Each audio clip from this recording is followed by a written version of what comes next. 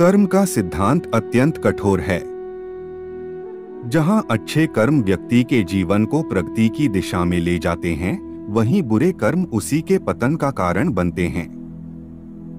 धर्म ग्रंथों के अनुसार मनुष्य के द्वारा किए हुए शुभ या अशुभ कर्मों का फल उसे अवश्य भोगना पड़ता है। गोस्वामी तुलसीदास जी ने भी रामचरितमानस के माध्यम से यह बताने का प्रयास किया है कि जो जैसा कर्म करता है उसे वैसा ही फल भुगतना पड़ता है। इसलिए यह नितांत आवश्यक है कि हम अपने कर्मों का लेखा जोखा करें। इस प्रस्तुति में आप जानेंगे कि कैसे कलयुग ही नहीं बल्कि सतयुग में भी छोटे से छोटे पाप से कोई बच नहीं पाता था। पाप और पुण्य का वास्तविक अर्थ व रहस्य जानने के लिए वीडियो को पूरा देखें और चैनल को सब्सक्राइब अवश्य करें। विलंब न करते हुए आरंभ करते हैं।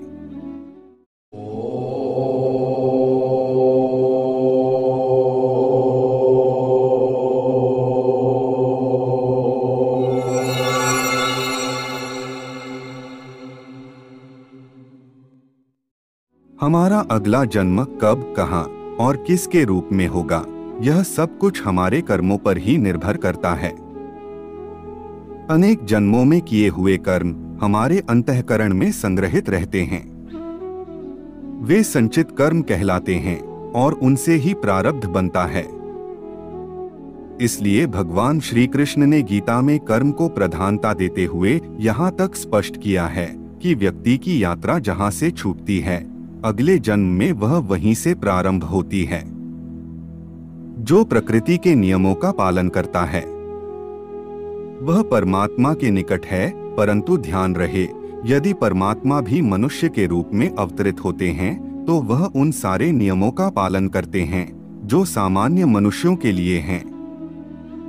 लौकिक और पारमार्थिक कर्मों के द्वारा उन परमात्मा का पूजन तो करना चाहिए, पर उन किए हुए कर्मों और संसाधनों के प्रति अपनी आसक्ति न बढ़ाएं।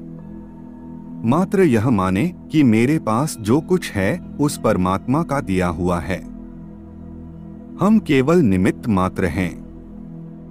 एक समय की बात है, श्री रामचंद्र जी के शासनकाल में न तो किसी को शारीरिक रोग होता था, न किसी की अकाल मृत्यु होती थी, न कोई स्त्री विधवा होती थी और न ही किसी माता पिता को संतान का शोक सहना पड़ता था।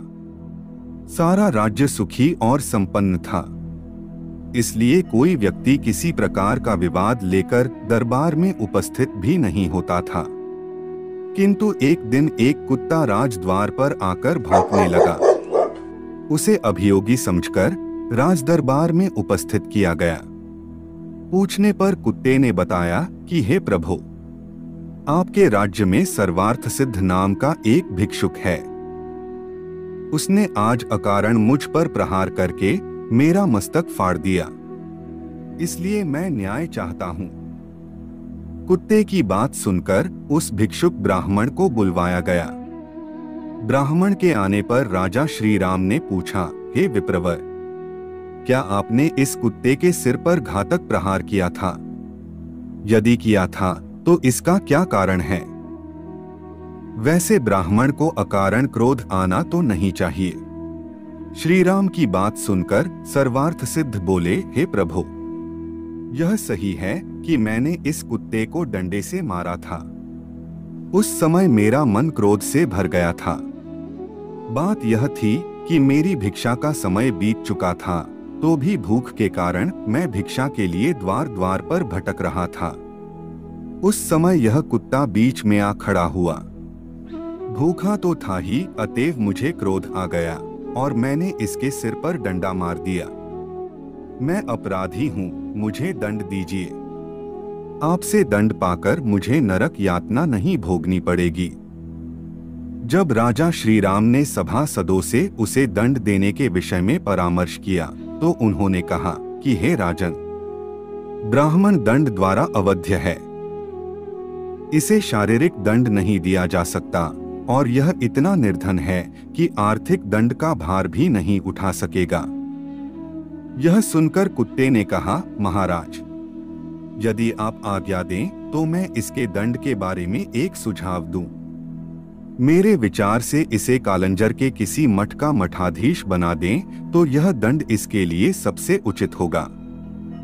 कुत्ते का सुझाव मानकर श्री राम ने उसे मठाधीश बना दिया और वह हाथी पर बैठकर वहां से प्रसन्नतापूर्वक चला गया। उसके जाने के पश्चात एक मंत्री ने कहा, प्रभु, यह तो उसके लिए उपहार हुआ, दंड नहीं।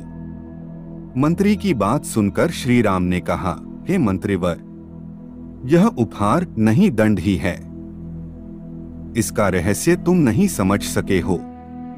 फिर श्री राम ने कुत्ते से कहा, श्वानराज, तुम इन्हें इस दंड का रहस्य बताओ। श्री राम की बात सुनकर कुत्ता बोला, हे रघुनंदन, पिछले जन्म में मैं कालंजर के एक मठ का अधिपति था। वहां मैं सदैव शुभ कर्म किया करता था। फिर भी मुझे कुत्ते की योनि मिली। यह तो अत्यंत क्रोधी है। इसका अंत मुझसे भी अधिक खराब होगा। मठाधीश ब्राह्मणों और देवताओं के निमित्त दिए गए द्रव्य का उपभोग करता है, इसलिए वह पाप का भागी बनता है। यह रहस्य बताकर कुत्ता वहां से चला गया। कर्म को पूजा मानते हुए जब व्यक्ति राग द्वेष को मिटा देता है, तब उसके स्वभाव की शुद्धि होती है। उसके लिए समूची वसुधा एक परिवार दिखती है। उसका हर कर्म समाज के हित के लिए होता है। साधारण तौर पर हम कह सकते हैं कि कर्म किए बिना व्यक्ति किसी भी क्षण नहीं रह सकता है।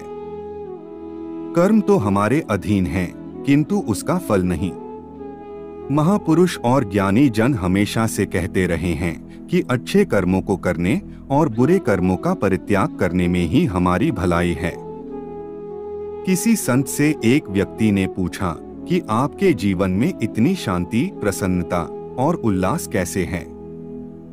इस पर संत ने मुस्कुराते हुए कहा कि अपने कर्मों के प्रति यदि आप आज से ही सजग और सतर्क हो जाते हैं तो यह सब आप भी पा सकते हैं। सारा खेल कर्मों का है। हम कर्म अच्छा करते नहीं और फल बहुत अच्छा चाहते हैं। यह भला कैसे संभव होगा? आज की हमारी प्रस्तुति में इतना ही। अगर आपको हमारी वीडियो अच्छी लगी हो तो लाइक करें, कमेंट करें और चैनल को सब्सक्राइब अवश्य करें। मिलते हैं एक और ज्ञानवर्धक वीडियो के साथ। तब तक के लिए जय जय श्री राम।